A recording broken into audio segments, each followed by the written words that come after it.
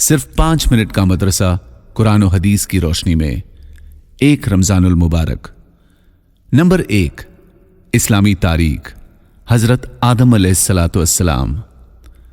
हजरत आदम अलैहिस्सलाम वो पहले इंसान हैं जिनसे दुनिया में बसने वाले इंसानों की इब्तिदा हुई है।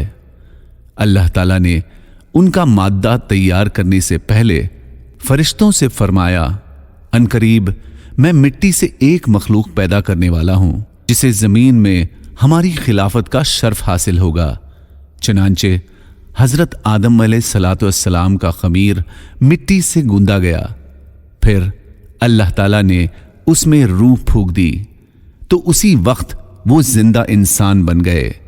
फरिश्तों को उन्हें सजदा करने का हुक्म दिया तो तमाम फरिश्ते अल्लाह ताला के हुक्म की इताअत करते हुए सजदे में गिर गए, मगर शैतान ने अपनी बड़ाई और तकब्बुर की वजह से सजदे से इनकार कर दिया और कहने लगा, मैं उससे बेहतर हूं क्योंकि आपने मुझे आग से पैदा किया और आदम को मिट्टी से पैदा किया है।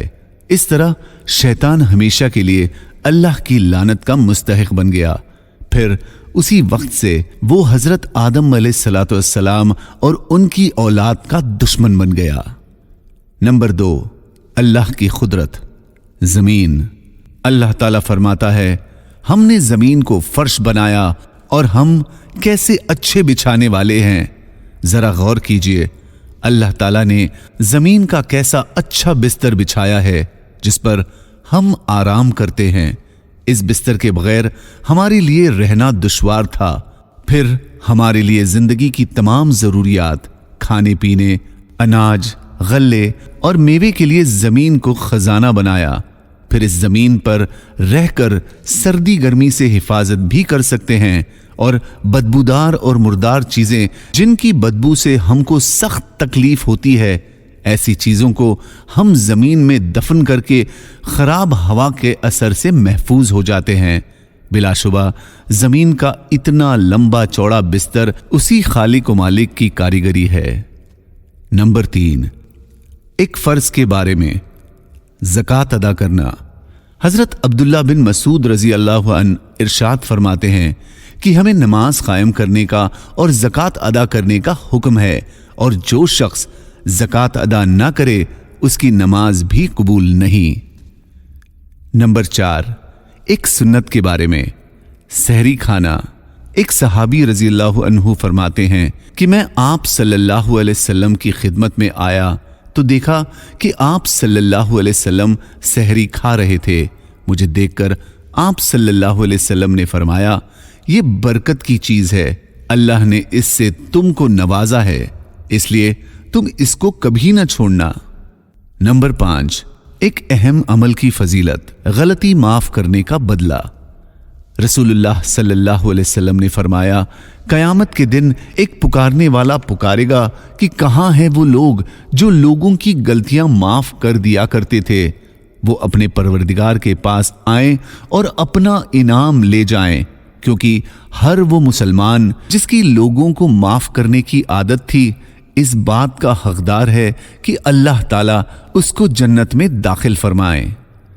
नंबर 6, एक गुनाह के बारे में। ज़कात अदा न करना।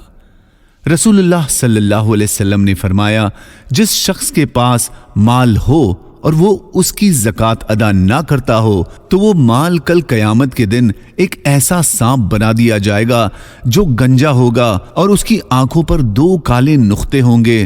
फिर वो सांप उसको कयामत के दिन अपने जबड़े से पकड़कर कहेगा कि मैं ही तेरा माल हूं, मैं ही तेरा खजाना हूं। नंबर 7, दुनिया के बारे में।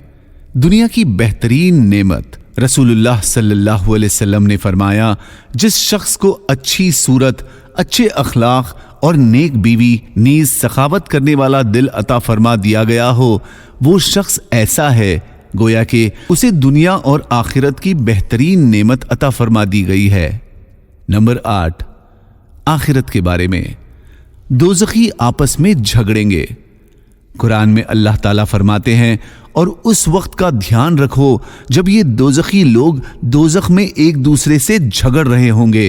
चनांचे جو دنیا میں کمزور تھے وہ ان لوگوں سے کہیں گے جو بڑے بنے ہوئے تھے، ہم تو تمہارے پیچھے چلنے والے لوگ تھے، تو کیا تم آگ کا کچھ حصہ ہمارے بدلے خود لے لو گے؟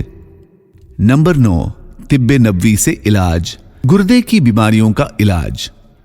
رسول اللہ صلی اللہ علیہ وسلم نے فرمایا، پہلو کے درد کا سبب گردے کی نس ہے، جب وہ حرکت کرتی ہے تو انسان کو تکلیف ہوتی ہے، پس اس کا علاج گرم پانی اور شہد سے کرو۔ نمبر 10، قرآن کی نصیحت، اللہ کسی پر ظلم نہیں کرتا۔ اللہ تعالیٰ فرماتا ہے، جو کوئی نیک عمل کرتا ہے وہ اپنے ہی فائدے کے لیے کرتا ہے، اور جو کوئی برائی کرتا ہے وہ اپنے ہی نقصان کے لیے کرتا ہے، اور تمہارا پروردگار بندوں پر ظلم کرنے والا نہیں ہے۔